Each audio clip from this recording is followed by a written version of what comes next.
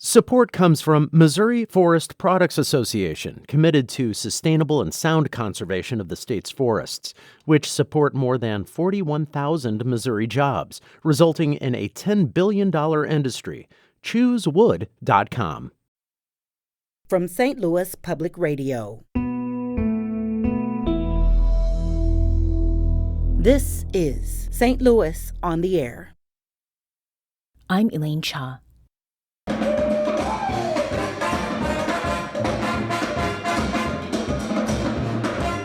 It's Friday, February 17th, 2023.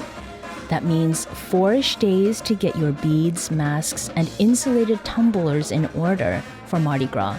Now there's one more item you might not know you need, as it's not a thing you'd tote or flash during St. Louis's annual Mardi Gras parade.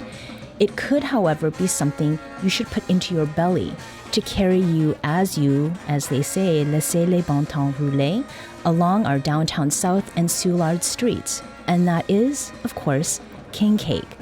King cakes aren't necessarily rare in the St. Louis area, but getting one that's made by a New Orleans native is another story. So today, we've got a guest with NOLA roots to talk about the king cake she makes here in town, Simone Faure, chef-owner of La Pâtisserie Chouquette, or Chouquette, in South St. Louis. Simone, welcome to the program. Thank you. So what are the basic elements of a king cake? So your basic elements would be, your flour, sugar, yeast, love, and of course the baby. Love and the baby together. Now, what is the connection to Mardi Gras and New Orleans with this baked goodie? So New Orleans is, you wouldn't know by looking at it from the outside, but New Orleans is a very religious town. It's very Catholic. It's a very old Catholic town. And we thrive on traditions. And a lot of our traditions revolve around food. So that king cake has been established as a Mardi Gras tradition. It was brought over from France, only it's just a different version of it. We have a yeast-raised cake that is oftentimes filled in the most basic form of a king cake. It would be a cinnamon sugar in the center, but it's still covered with that delicious, flowy white icing, and then topped off with purple, green, and gold sugar. And then, of course, you have to have your trinket, which would be your Mardi Gras baby, which represents the baby Jesus, either baked inside of your king cake, or it would come with the cake so that you can hide it in there yourself for your party. So what is it that sets one king cake apart from another then? I think it's going to come down to tradition versus modern. I am definitely a fan of the modern king cake. I think it definitely has its place. But at the shop, we tend to lean more towards the traditional ones. I remember moving to St. Louis, not really being able to find the type of king cake that I grew up eating. And so I want to make sure that we offer that to people who were just like me. Either they've moved here for their transplants, or people who want to know what we typically ate in New Orleans. And when was it that you first started offering the king cake at Chouquette? So we are in our 10th year of business, and we've offered them every year that we've been open. Oh, wow. So have you seen sort of a change in the demand for the king cake over those years?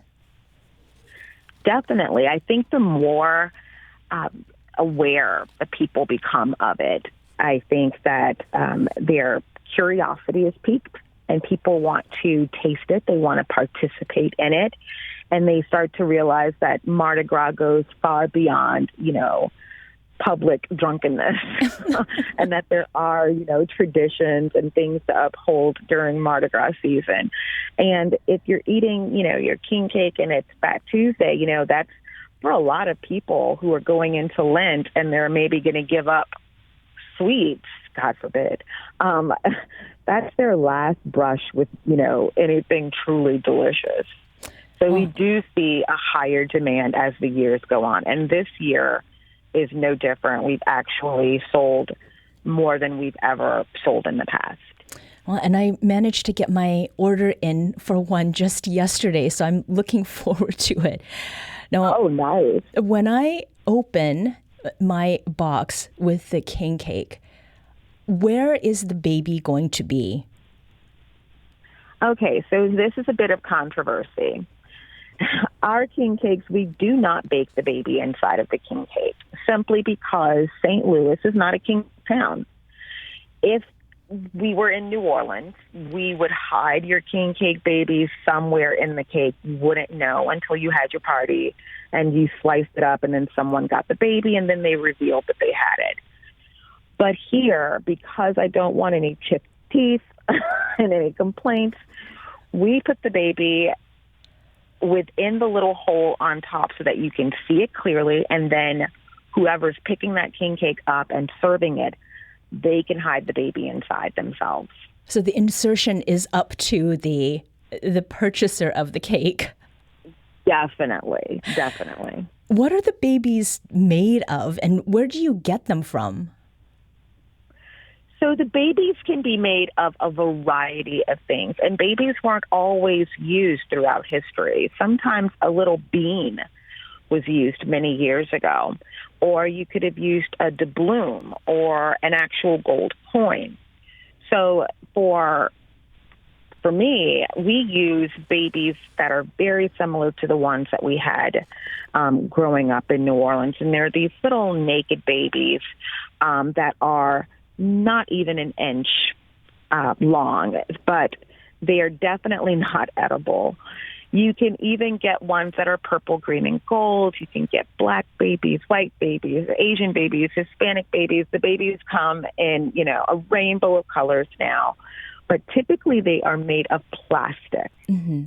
And where do you get yours from? I get mine from a variety of places. One year, I could have sworn that we had enough babies. I said to my assistant, "Don't worry about it. We have hundreds of babies. Just don't worry about it." And he gave me this look like she has no idea what she's talking about. I think she blacked out last year and doesn't realize how many babies we went through. And I ended up going to, believe it or not, Johnny Brock's. And there was an insane amount of babies there, and I took them all. And where is this again? Johnny Brock's? Johnny Brock's, which is a business here in St. Louis. It is a giant warehouse of fabulous costumes throughout the season, so they stay open year-round. But if you're looking for Mardi Gras decorations, that is a place where I definitely shop. I've never seen a store outside of New Orleans that has Mardi Gras decorations like them. Well, that's a great bit of information. I appreciate the lesson on that.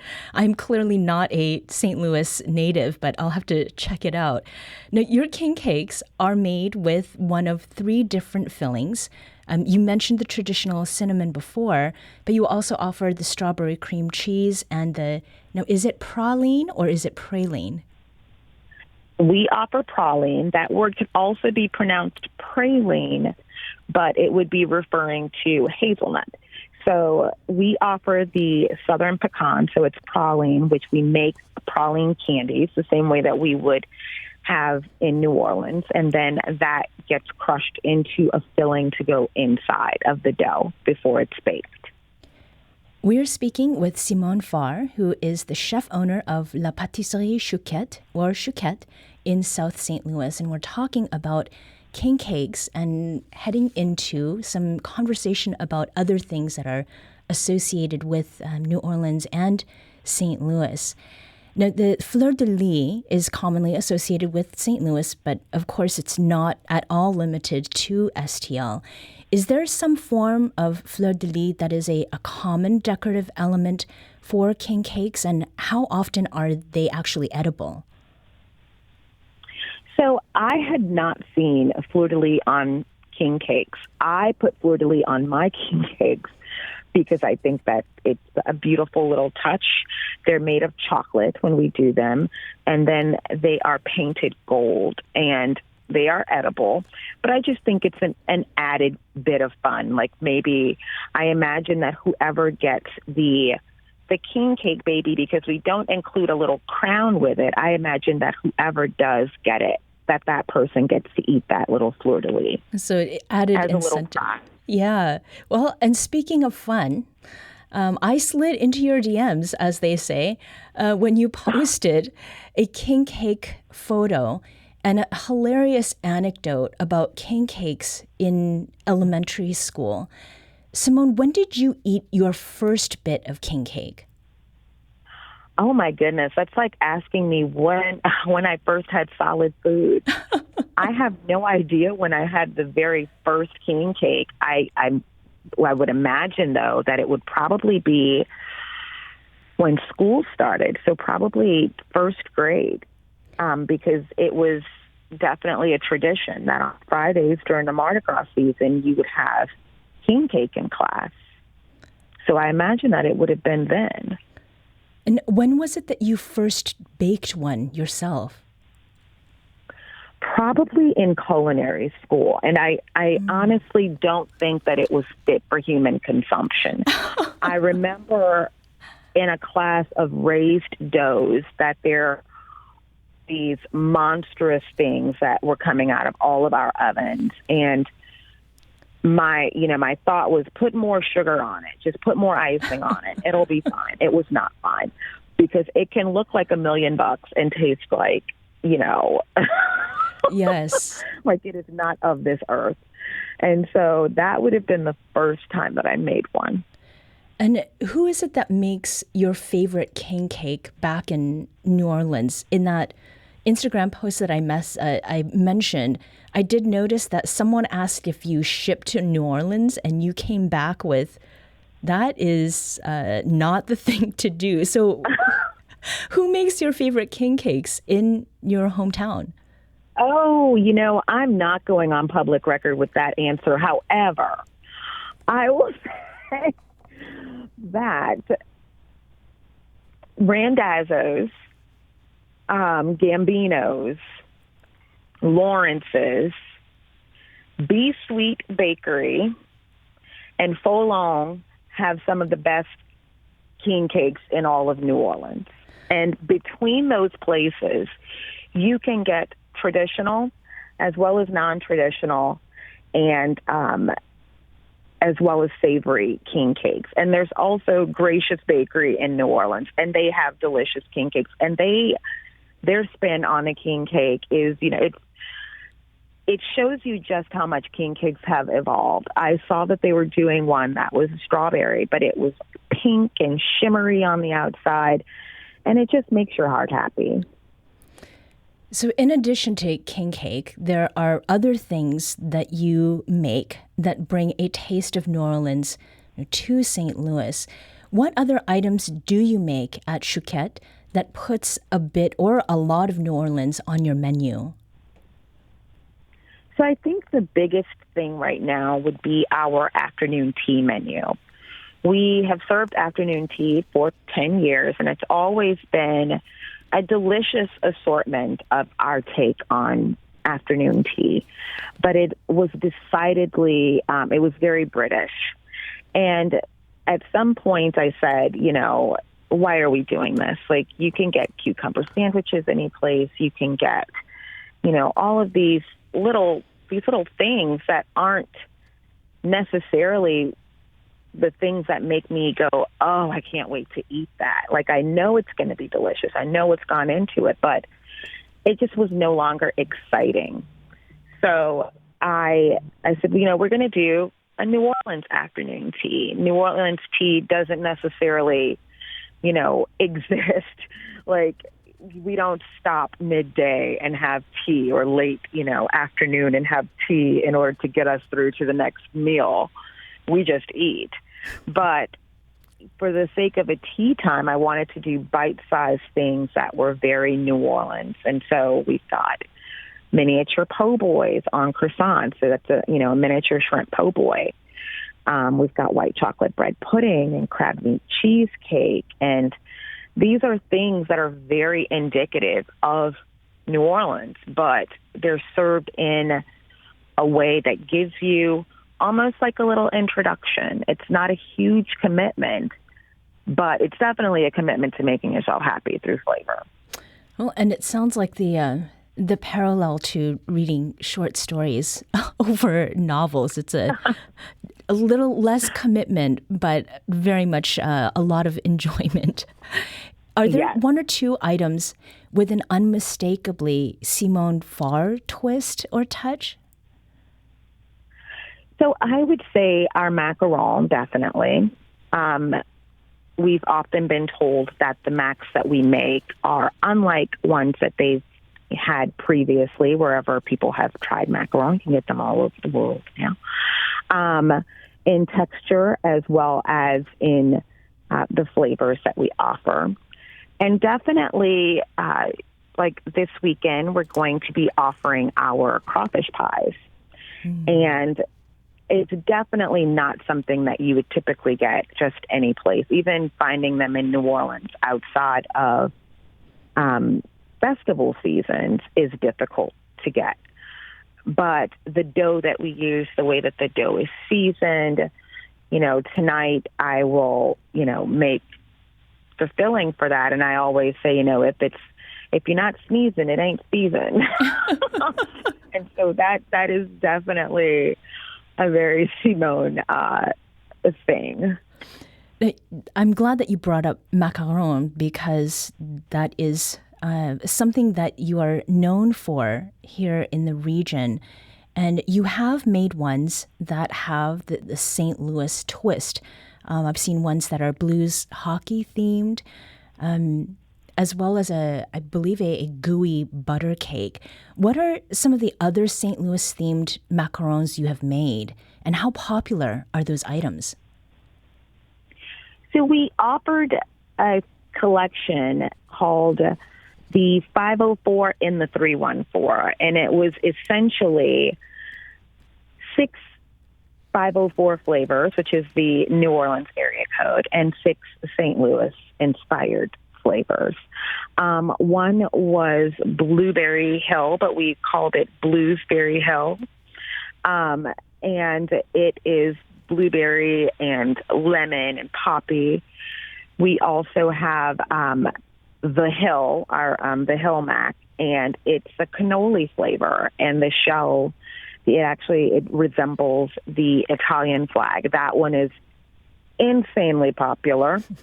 Of course, gooey butter cake, Cardinal's red velvet, and then the gooey butter cake by far is the most popular of them all.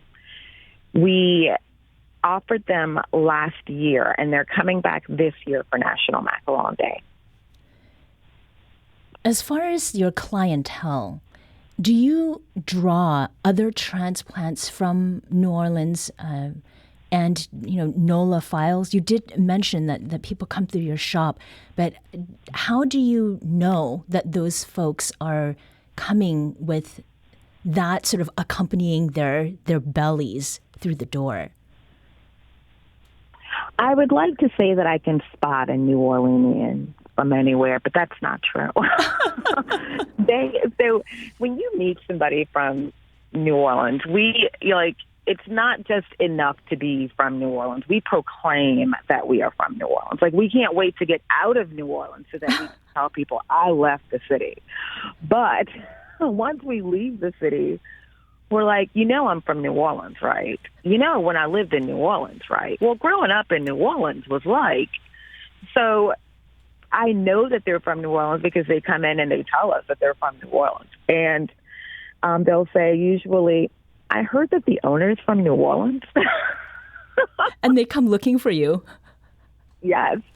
And it's great. But we even have, people who are from St. Louis who don't know that we're here. They will go to New Orleans and find out that we're here. Oh. So I have a sister, Felicia, who lives in New Orleans, and she drives Uber. She's like the best Uber driver in the city, I think.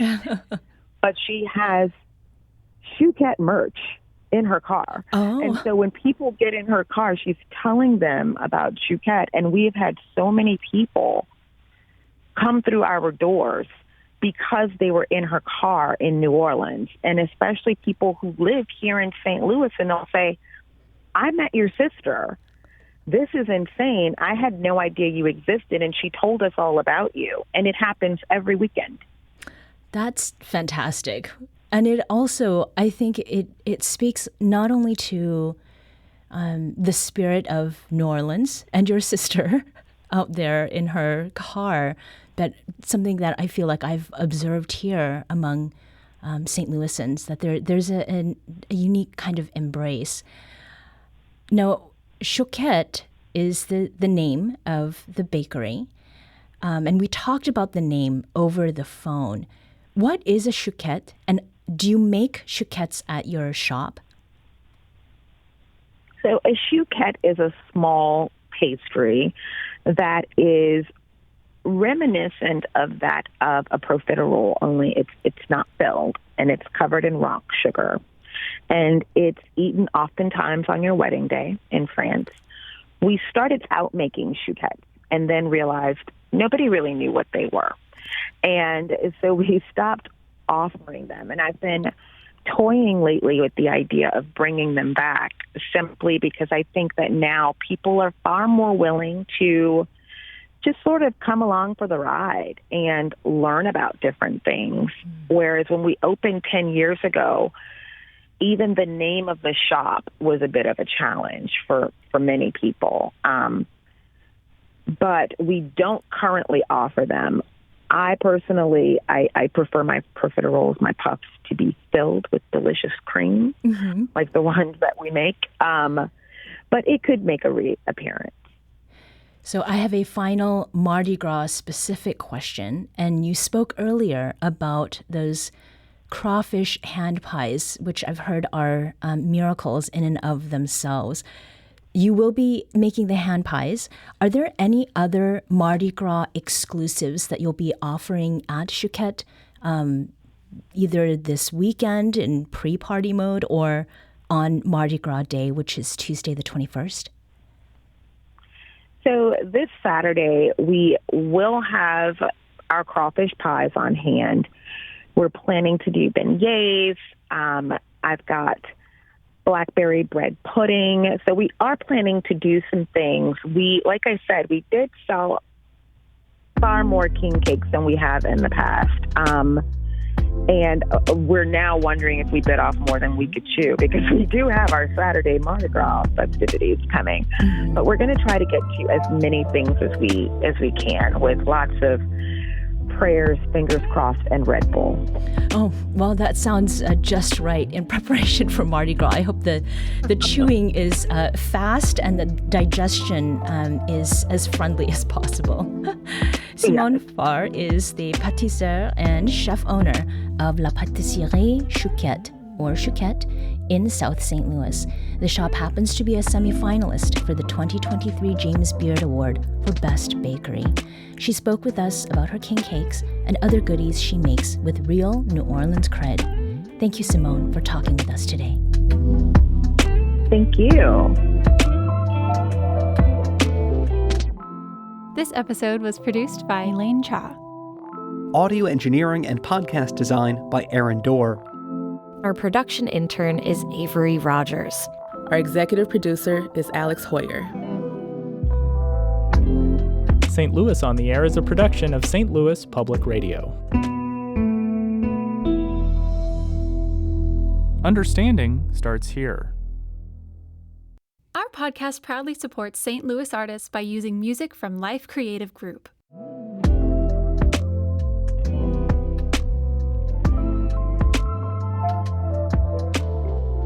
Do you find yourself regularly listening to episodes of St. Louis on the Air?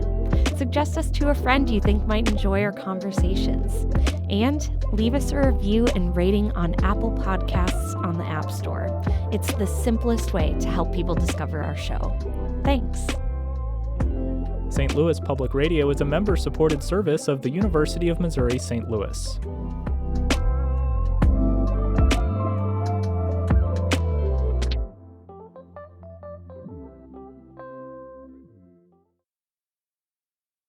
Support comes from the Missouri Forest Products Association, committed to conservation and careful management of the state's forests to make them more resilient and better habitats for wildlife. ChooseWood.com.